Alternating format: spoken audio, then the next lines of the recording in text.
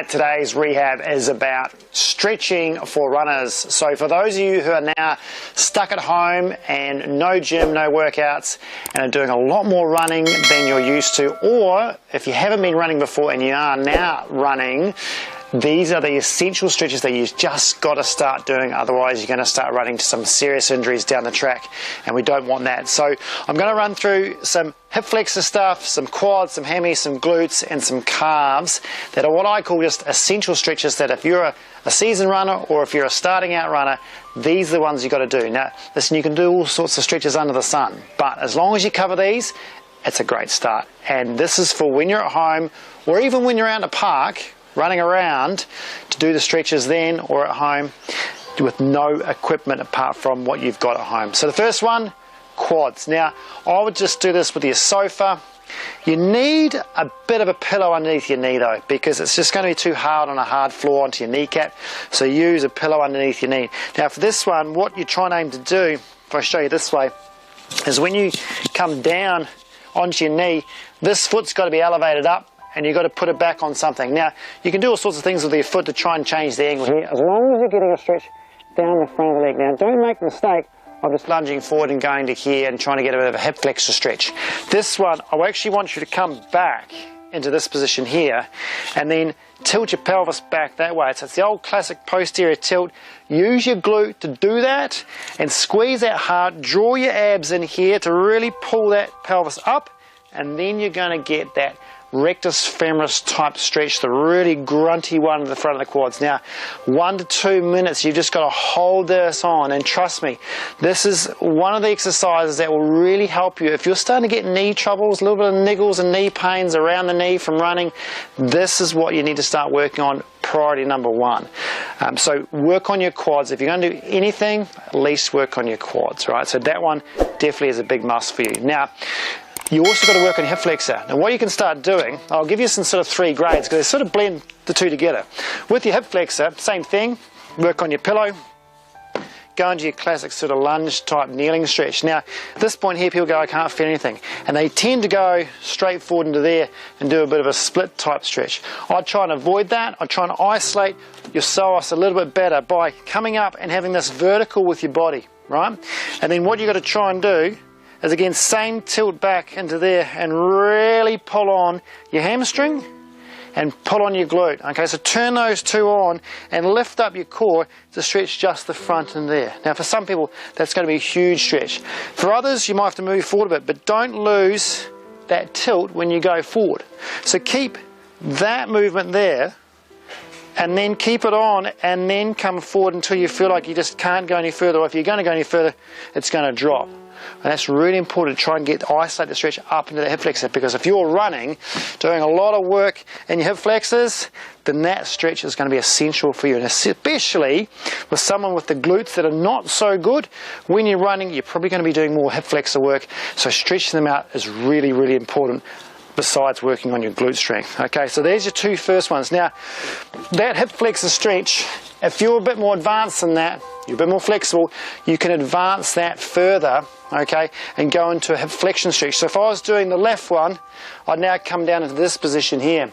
Now we've covered this in a previous video for the lower back. This hip flexion stretch is sort of the advancement of that, because you're going to get in some groin stuff. So if you're a bit of a serious runner, you might want to start working on this one.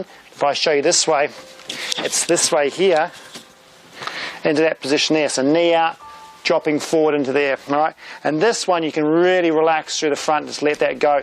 Make sure you're hanging on the front, okay? So it's a really, really good stretch, but it is an advancement of the other one before. So if you want to take that one step further, I would add on your quad stretch that you're doing before into your hip flexion stretch. So imagine you go back into your quad stretch like that, okay? So get that up onto something up high, and then come forward into your quad stretch. Now imagine you need a bit of flexibility for this, but this one really hammers through the front here, plus you get the combine there. So perhaps you're a little bit short of time, perhaps you're a little bit more flexible.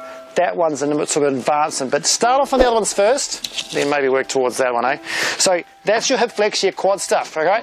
Now your glute work, what I work on with glutes is start off entry level stuff, just trying to stretch it against the wall, because you need to work on your glute work, because it's so important for when you're running. And remember, your glutes attached to the ITB, and so many people get ITB type sort of pain around the knee, and a lot of times because they're so damn tight in the glutes.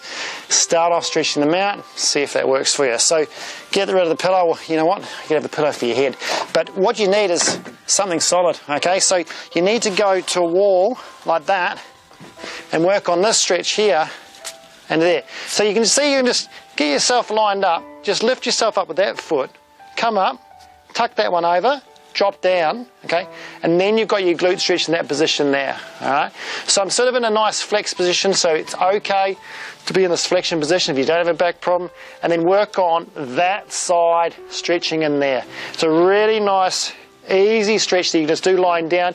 You can do it in the park, wherever you are, in that position, just try and stretch that out, okay? So that's an essential one for your glute. Now, if you find that one is just way too easy, and you're a bit more flexible, go up into sort of more of a bench top like this. So if you can try, get something a little bit higher, this might be a wall or something outside, come and have a look at this, is you go up and do the stretch in this position, okay?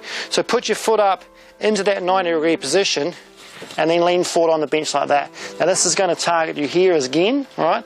But with this one, what you're trying to aim for is to not roll down like that. You're trying to actually be upright, and then put some sort of pressure through your foot, and you can drop that knee out if you like, bend the knee, just trying to drop your body down, but keep your lower back straight, okay? So not rounded, try and keep your lower back straight. If you keep your lower back straight, it's going to give a bit of a posterior tilt, which will target you better into that back of the hip. Better glute stretch with that, okay? So, that's your glute one. Now, hammies, they're a little bit tricky and a little bit controversial, hammies. Some people say, oh, I've got really tight hammies, but it might be more of a postural pelvic issue or a core control issue that you need to sort out, and that's why the hamstrings are hanging on. So some people stretch the heck out of their hamstrings, but it's not the hamstring that's the problem, it's the core that's the problem. If your core's okay and you're just stretching out your hamstrings because you're doing a lot of running and they're feeling tight, then work on this, okay? Go back into your lunge position, hand down into here, all right, same sort of position. Then what you do is you push that back into that position there. So you're trying to keep your back straight as much as you can to try and get the belly of that front hamstring stretched out, all right? So weight down through your hands, push your pelvis back, and try and posterior tilt here. Try and drive that backwards into that position, trying to straighten out your lower back, rather than round down like that. You're trying to be in a tilt position that way and just lengthening out here. The trick is keep the bend in the knee, and then you'll take away any sciatic tension issues that you've got. Hammies, pretty easy stuff. I would always include your hammies in with your glute and your quads. It's a very forgotten sort of muscle. People find it's too hard to stretch. I would definitely work on that, because guess what? You use your hammies when you're running and you're walking, so you need to stretch them out if they're getting tight. Now your last ones, calves, essential. Remember, runners use their calves heaps. We see so many calf injuries from runners being far too tight, and ankle problems. So there's two types. One is working on your long calf stretch. Now all you need is really just a bit of a step going on. So something that's puts your foot down on that angle. So see, have a look at that.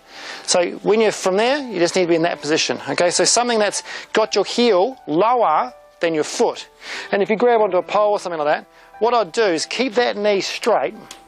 Okay, so use your quads, keep that knee straight, and then when you come upwards, step forward with your right foot, well, your other foot, and then you're trying to keep the weight down through the back heel and push that heel as though you're dropping it down through the floor, keeping your knee straight. If your knee bends, you're not going to stretch the top of your gastroc, okay? So you've got to keep your knee straight, and that'll get the top part here, okay? Really nice, the top back part of the knee, and then just come forward to the point where you feel like almost your heel is going to come off. But you've got to try and really focus on the weight down through the heel, okay? So crucial that you just focus on weight through the heel, and then you can come forward. Don't take weight off that heel. So that's for your upper calf. Now, a lot of people have issues in their ankles. Maybe it's an old ankle sprain, that sort of thing. So with the ankle one, what I work on there is step back into this sort of lunge position if you're doing the front ankle, and then just push that forward. Now that's a really easy one to do. Again, you've elevated this front part of the foot. That's the crucial part. If you don't have something like that, you can do it against a wall, against the pole, this sort of thing, where you lock your foot in and just drive that knee forward. Now you're aiming for ankle range here, but also a little bit, you'll feel it in that Achilles, a little bit of Achilles stretch, and that's normal. But just don't push it too far and get any pinching in the front.